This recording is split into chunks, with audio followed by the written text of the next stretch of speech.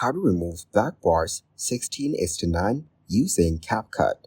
I'm going to show you how you can easily remove black bars 16:9 using CapCut.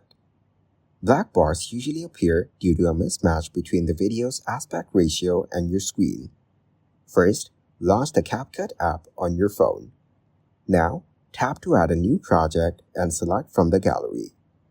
Select the video on the timeline and then go to the translation button at the bottom.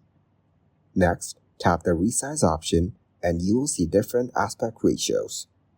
Choose the 16:9 ratio and use the zoom gesture to expand it until the black bars are gone. After adjustments, go to background and choose the background you like. Then, confirm changes to add the background. Choose your preferred resolution and export the video. Once the export is complete, you can upload it without the black bars.